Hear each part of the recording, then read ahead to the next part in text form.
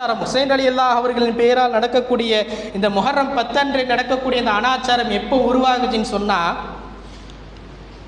ஹிஜ்ரி 352ஆம் ஆண்டு, ஹிஜ்ரி 352 உருவானுச்சு. அந்த வருடம் முஹர்ரம் 10 அன்று பகதாது நகரத்தில் எல்லா கடைகளும் அடைக்கப்பட வேண்டும். அதே போல் ருசியான சாப்பாடு சமைக்கக்கூடாது.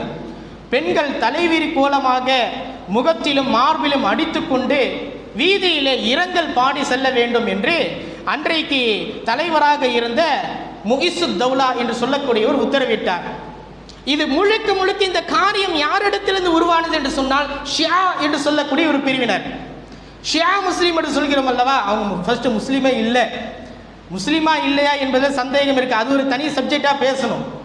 அது ஒரு கொள்கை சார்ந்த விஷயங்கள். அது அவர்களின் மூலமாக ஏற்பட்ட ஒரு காரியம்தான் இது.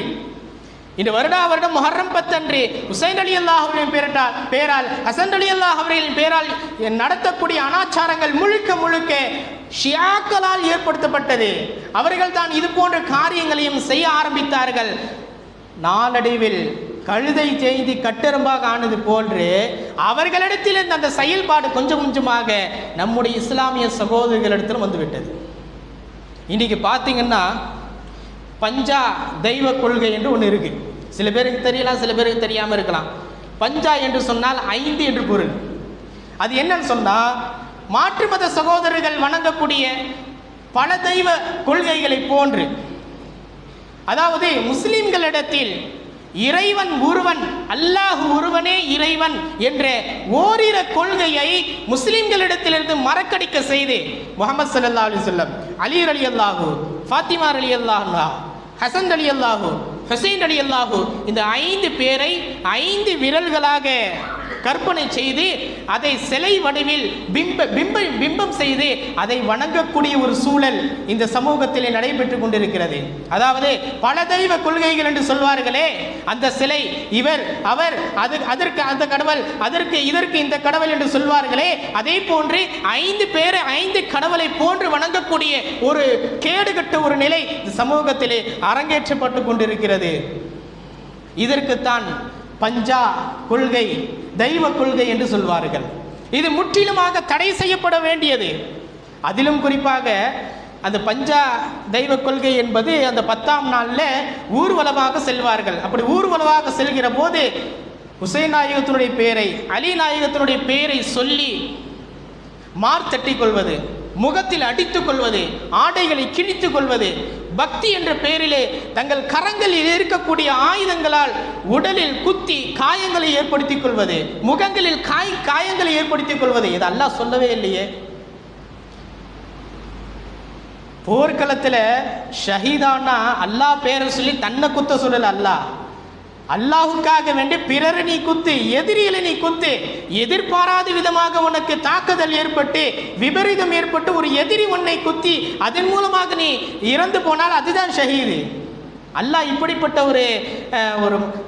ஒரு நிகழ்வை அரங்கேற்றுங்கள், இது போன்ற ஒரு காரியத்தை செய்யுங்கள் என்று அல்லாஹ் ஒருபோதும் சொல்லவே இல்லை. இது மார்க்கம் அனுமதிக்கவே இல்லை. இப்படி செய்கிறாங்கல்ல, தங்களுடைய ஆயுதங்களால் தங்கள் உடலை வருத்தி கொள்கிறார்களே, குத்தி கொள்கிறார்களே, காயங்களை ஏற்படுத்திக் கொள்கிறார்களே, இது தற்கொலைக்கு சமம்.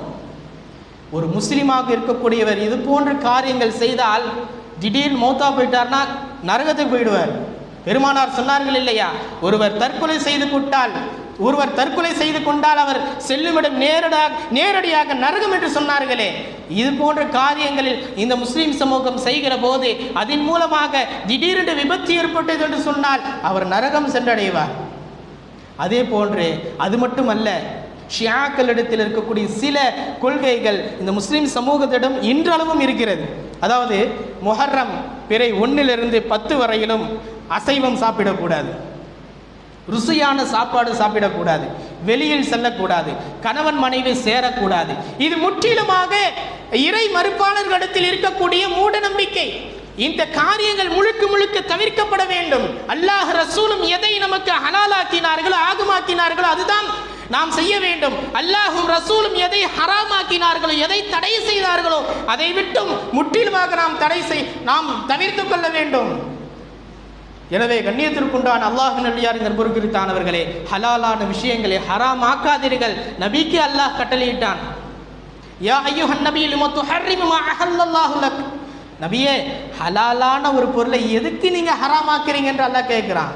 எனவே நான் ஆரம்பத்தில் சொன்னேன் அல்லவா, அல்லாஹ் சொல்ல வருவது இந்த கண்ணியமான மாதங்களில் ஹராமான விஷயங்களை ஹலாலாக்குவதோ அல்லது ஹலாலான விஷயங்களை ஹராமாக்குவதோ இது போன்ற தீய காரியங்களில் பாவகரமான காரியங்களில் ஈடுபட்டு உங்களுக்கு நீங்களே அநீதமழித்துக் கொள்ளாதீர்கள், இதை முற்றிலும் நீங்கள் தவிர்த்து கொள்ளுங்கள் என்று அல்லாஹ் ஜல்ல ஷானுஹு தஆலா சொன்னான். எனவே எதை அல்லாஹ் சொன்னானோ அதன் அடிப்படையிலே வாழ்ந்து எதை விட்டும் அல்லாஹ் ரசூலும் நம்மை தடுத்தார்களோ அதை விட்டு நம்மை நாம் தற்காத்துக் கொள்வோமாக. ஆமீன். வ ஆகிரு தஅவானா அல்ஹம்துலில்லாஹி ரப்பில் ஆலமீன். ஸலாமு அலைக்கும் வ ரஹ்மத்துல்லாஹி வ பரகாத்துஹு.